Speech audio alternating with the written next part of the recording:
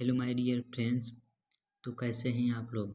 तो आशा करते हैं आप लोग बहुत ही अच्छे होंगे और आप लोगों की तैयारी भी काफ़ी अच्छी चल रही होगी। तो दोस्तों, आज की अपने इस नए वीडियो में आप लोगों का स्वागत है। और आज से मैं UP polytechnic first semester CS और आईटी ब्रांच के लिए एक नए सीरीज की स्टार्ट कर रहा हूँ, जिसका नाम है FCIT, यानी कि fundamental of computer and information technology, यानी कि FCIT की एक अपनी स्टार्ट कर रही है एक नए चैप्टर की। तो यदि आप लोग मेरे चैनल पर पहली बार आए हैं तो चैनल का सब्सक्राइब कीजिए तथा बेल बटन को प्रेस कर दीजिएगा। तो चलिए आज के अपने इस वीडियो को स्टार्ट करते हैं। तो देखिए, जो ये हमारा FCIT है, इसमें कुल 4 चैप्टर दिए हैं। तो इसमें कुल कितने चैप्टर दिए हैं? 4 चैप्टर दिए हैं। तो मैं आप लोगों को इसका 10 वीडियो में सभी चैप्टर को कंप्लीट कर दूंगा अच्छे से। तो आप लोग ध्यानपूर्वक इस वीडियो को देखिएगा। जो स्टूडेंट अभी फर्स्ट ईयर में आए हैं वे ध्यानपूर्वक पढ़ेंगे। तो चलिए, आज हम अपने पहले चैप्टर को पढ़ाएंगे, जिसका नाम है कंप्यूटर का परिचय, यानी कि फंडामेंटल ऑफ कंप्यूटर। यानी कि आज का ये हमारा फर्स्ट चैप्टर होगा। ये हमारा जो चैप्टर दिया है वो फंडामेंटल ऑफ कंप्यूटर, यानी कि कंप्यूटर के बारे में इस चैप्टर में हम डिटेल में पढ़ेंगे। तो कंप्यूटर क्या है, तो आप लोगों को बताएं। तो कंप्यूटर एक लैटिन भाषा से लिया गया शब्द है, जो कि कंप्यूट शब्द से मिलकर बना है। यानी कि जो हमारा कंप्यूटर है, कंप्यूटर एक लैटिन भाषा के मिलकर बना हुआ एक शब्द है।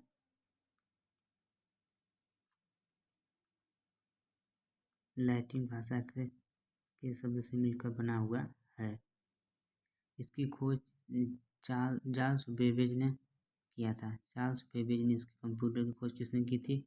ये प्रश्न हर एक प्रतियोगी परीक्षाओं में पूछा जाता है। तो मैं आप लोगों को बता दूँ तो इसकी खोज किसने की थी? चार्ल्स बेबेज ने। कंप्यूटर की खोज किसने की थी? चार्ल्स बेबेज ने। और जो कंप्यूटर होता है उसे हम संगणक के नाम से भी जानते हैं। जो कंप्यूटर होता है उसे हम किसके नाम से जानते हैं? संगणक के नाम से भी जानते हैं। हिंदी भाषा में इसे संगणक के नाम से जानते हैं। और जो हमारा कंप्यूटर है, कंप्यूटर क्या है? हमारा एक इलेक्ट्रॉनिक डिवाइस है। कंप्यूटर एक क्या है?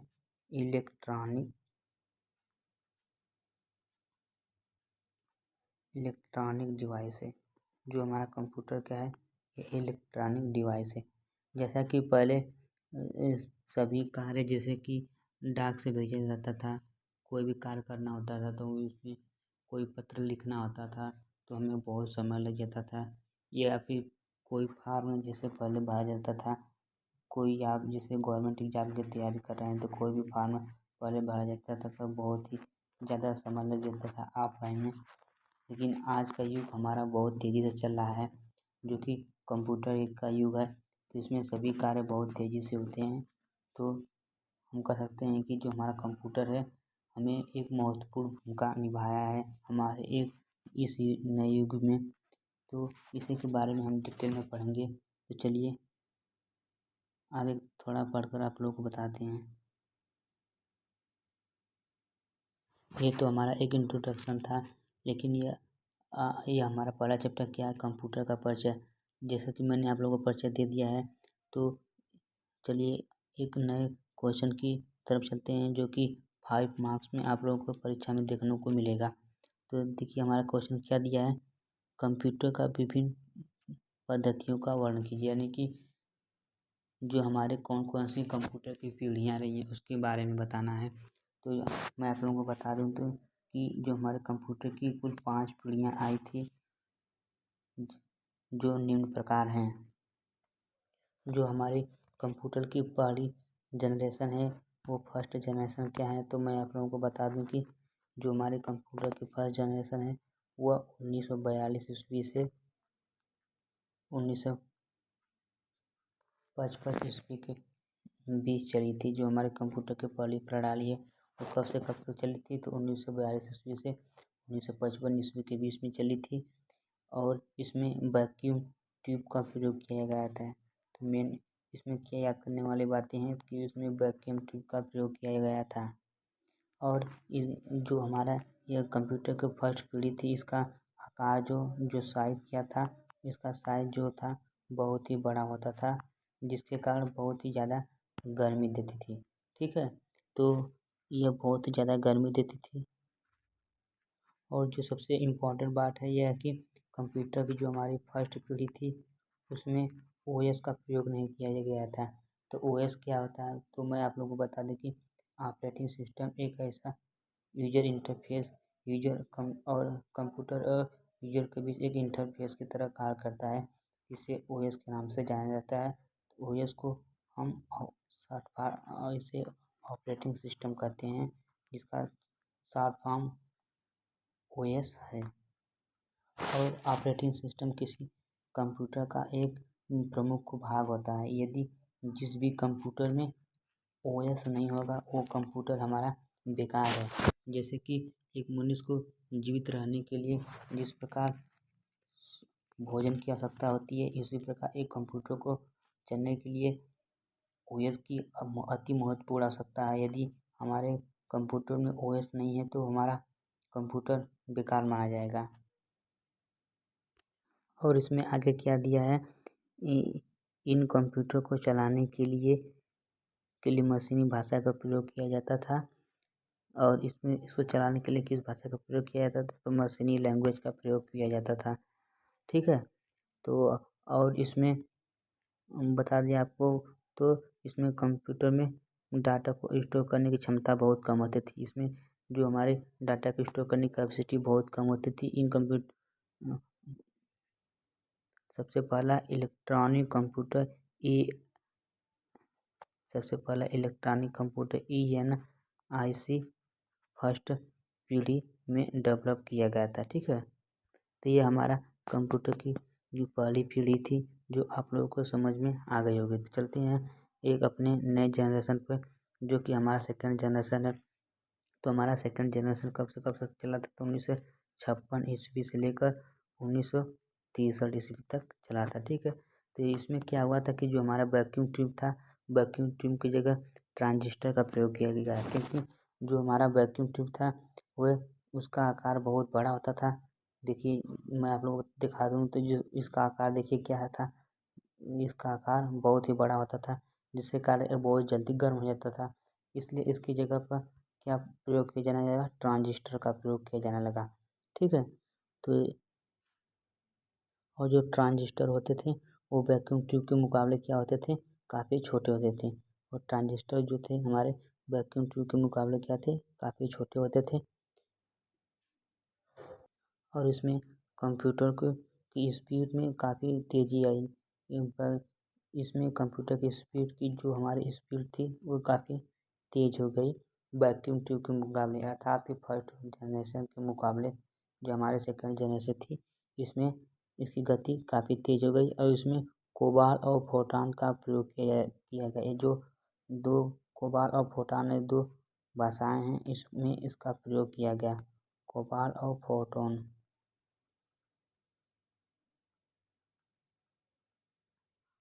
दो भाषाओं का प्रयोग किया गया।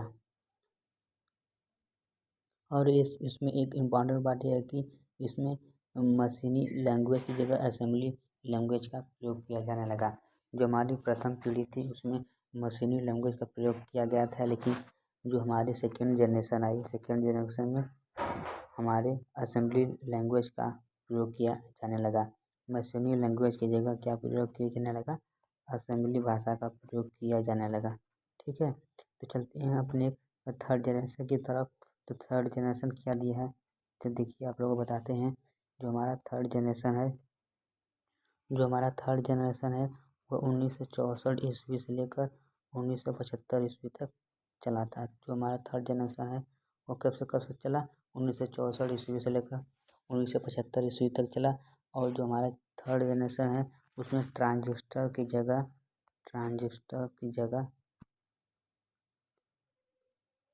इंटीग्रेशन सर्किट यानी कि आईसी का प्रयोग किया जाने लगा।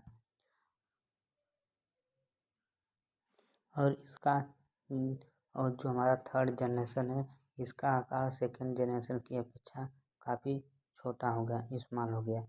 इसका आकार थर्ड जनरेशन के सेकंड जनरेशन की अपेक्षा काफ़ी छोटा हो गया। और तीसरी पीढ़ी में उच्च स्तरीय भाषा पास्कल और बेसिक का भी प्रयोग किया गया। और इसमें जो हमारा थर्ड जनरेशन थी, उसमें कौन सी भाषा का प्रयोग किया गया? पास्कल का प्रयोग किया जाने लगा। जो हमारे थर्ड जनरेशन थी, पास्कल का प्रयोग किया जाने लगा और उसमें ओएस का भी उपयोग होने लगा। थर्ड जनरेशन में हमारा क्या होने लगा? ओएस का उपयोग भी होने लगा था। तो ये इसका फिगर है, आप लोग देख सकते हैं। तो आई होप आप लोगों को वीडियो पसंद आया होगा। यदि वीडियो पसंद आ रहा है तो उसको लाइक अवश्य से अवश्य करें और अपने दोस्तों के साथ शेयर करना न भूलें। और देखिए हमारा चौथा जनरेशन है, जो हमारा फोर्थ जनरेशन है, उसमें क्या बताया गया है कि जो हमारा थर्ड जनरेशन था उसके बाद फोर्थ जनरेशन का विकास हुआ। तो हमारा थर्ड जनरेशन कब से था? तो 1975 ईस्वी से लेकर 1989 ईस्वी तक हमारा फोर्थ जनरेशन का प्रारंभ हुआ। और जो हमारा फोर्थ जनरेशन था, इसमें इंटीग्रेटेड सर्किट की जगह माइक्रो प्रोसेसर का प्रयोग किया जाने लगा। इसमें इंटीग्रेटेड सर्किट की जगह माइक्रो प्रोसेसर का प्रयोग किया जाने लगा। तो इसमें आईसी की जगह किसका प्रयोग किया जाने लगा? माइक्रो प्रोसेसर का प्रयोग किया जाने लगा। और इसमें स्पीड जो थी काफ़ी तेज़ हो गई थर्ड जनरेशन के मुकाबले। ठीक है। तो और इसमें क्या प्रयोग किया गया? तो इसमें आप लोगों को बता दें तो इसमें लैन और वैन का प्रयोग किया जाने लगा। लैन और वैन क्या होता है? यदि आप लोगों से कोई पूछ दे तो इसका फुल फॉर्म होता है लैन का लोकल एरिया नेटवर्क। यानी कि इसका प्रयोग आप पर्सनली यूज करते हैं, जैसे कि आप अपने लाइब्रेरी में बैठे हैं तो किसी दो कंप्यूटर को आपस में कनेक्ट करना है तो लोकल एरिया का प्रयोग किया जाता है। और वैन वैन क्या होता है? इसका प्रयोग इसका फुल फॉर्म होता है वैन का वाइड एरिया नेटवर्क। इसका वैन का प्रयोग दो देशों को आपस में जोड़ने के लिए प्रयोग किया जाता है। ठीक है। तो और इसमें चौथे जनरेशन में क्या हुआ था? इसमें सीएमडी का प्रयोग भी किया जाने लगा था। तो इसमें सीएमडी का प्रयोग किया गया तथा मल्टीमीडिया का विकास हो गया। और इसमें विंडोज़ का भी विकास हुआ। मल्टीमीडिया तथा विंडोज़ का भी विकास हो गया था चौथे जनरेशन में हमारा। और चौथे जनरेशन में एक इम्पॉर्टेंट बात यह है कि इसमें सी प्रोग्रामिंग का विकास हो गया। चौथे जनरेशन में हमारा सी प्रोग्रामिंग का विकास हो गया। तो लास्ट हमारा आता है फिफ्थ जनरेशन। तो फिफ्थ जनरेशन क्या है? तो आप लोगों को बता दें कि फिफ्थ जनरेशन में अल्ट्रा लार्ज स्केल इंटीग्रेशन का प्रयोग किया गया, यानी कि ULSI। इसमें अल्ट्रा लार्ज स्केल इंटीग्रेशन का प्रयोग किया जाने लगा। इसका फुल फॉर्म होता है ultra large scale integration. Ultra large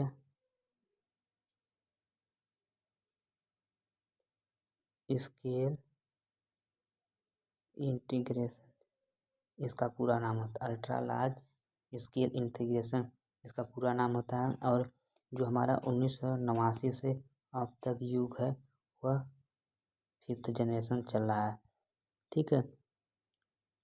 और इसमें वर्ल्ड वाइड वेब का भी विकास हुआ, यानी कि वर्ल्ड वाइड वेब जिसे W3 के नाम से जानते हैं, इसमें इसका विकास पूरा अच्छे तरीके से हो गया था।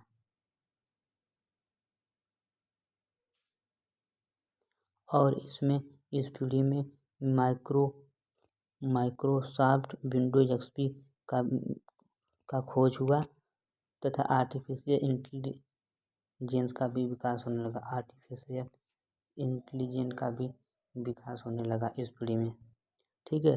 तो आई होप यह टॉपिक आप लोगों को समझ में आया होगा कि कंप्यूटर में कौन कौन सी प्रमुख पीढ़ियाँ थी। तो चलिए इसका मैं शॉर्ट नोट आप लोगों को बनाया हूँ, आप लोगों को दिखा देता हूँ, जो आप लोगों को अवश्य से अवश्य याद रखना है। तो क्या है, जो हमारा कंप्यूटर का फर्स्ट जनरेशन कब से कब तक आया था, तो 1942 से 1955 ईस्वी के बीच में कंप्यूटर का हमारा फर्स्ट जनरेशन का प्रयोग हुआ था, और इसमें वैक्यूम ट्यूब का प्रयोग किया जाने लगा था। ठीक है, और जो हमारा सेकेंड वैक्यूम ट्यूब का आकार काफ़ी बड़ा होता था, जिसके कारण वह गर्म हो जाता था। ठीक है, और दूसरा जनरेशन हमारा जो था 1956 ईस्वी में आया था। 1956 से 1963 ईस्वी तक चला था। ठीक है, और इसमें वैक्यूम ट्यूब की जगह पर क्या प्रयोग किया गया, वैक्यूम ट्यूब की जगह पर हमारा ट्रांजिस्टर का प्रयोग किया जाने लगा। वैक्यूम ट्यूब की जगह हमारा ट्रांजिस्टर का प्रयोग किया जाने लगा। जो ट्रांजिस्टर का आकार होता था वैक्यूम ट्यूब के मुकाबले काफ़ी छोटा होता था। और जो हमारा थर्ड जनरेशन था, उसमें ट्रांजिस्टर की जगह पर क्या प्रयोग किया जाने लगा, आईसी यानी कि इंटीग्रेटेड सर्किट का प्रयोग किया जाने लगा। और थर्ड जनरेशन हमारा कब से कब चला था, 1964 ईस्वी से लेकर 1975 ईस्वी तक हमारा थर्ड जनरेशन चला था। और जो हमारा फोर्थ जनरेशन है, फोर्थ जनरेशन में इंटीग्रेशन सर्किट की जगह पर हमारा लैन और वैन का प्रयोग किया जाने लगा।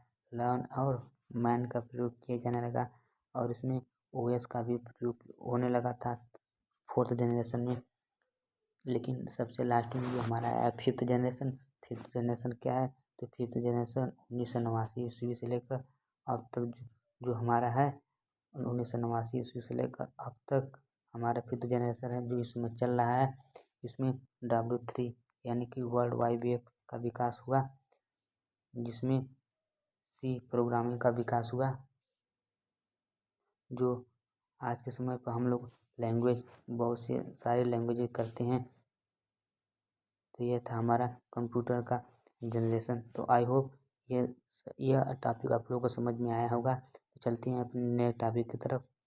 तो अगला हमारा टॉपिक दिया है कंप्यूटर क्या है, कंप्यूटर के विभिन्न भागों को वर्गीकरण कीजिए। तो जैसा कि मैंने आपको कंप्यूटर के बारे में एक्सप्लेन कर दिया है, चलिए एक बार फिर से पढ़ कर बता देते हैं। तो देखिए क्या दिया, कंप्यूटर शब्द लैटिन भाषा से कंप्यूट से लिया गया है, जिसका अर्थ होता है गणना करना, इसलिए इसे गणक कंप्यूटर भी कहा जाता है। यानी कि कंप्यूटर शब्द लैटिन भाषा शब्द से लिया गया है, जिसका अर्थ होता है गणना करना, इसलिए इसे गणक के नाम से जाना जाता है। इसका आविष्कार कैलकुलेशन करने के लिए किया गया था। इसका आविष्कार कैलकुलेशन करने के लिए किया गया था, और यह एक इलेक्ट्रॉनिक डिवाइस है, जैसा कि मैंने आप लोगों को पहले ही बता दिया है। ठीक है, तो कंप्यूटर में डाटा को स्टोर, रिट्रीव और प्रोसेस करने की एबिलिटी होती है। कंप्यूटर एक तेज, सटीक और विद्युत चालित यंत्र है। यानी कि कंप्यूटर एक बहुत ही तेज़ी से कार्य करता है।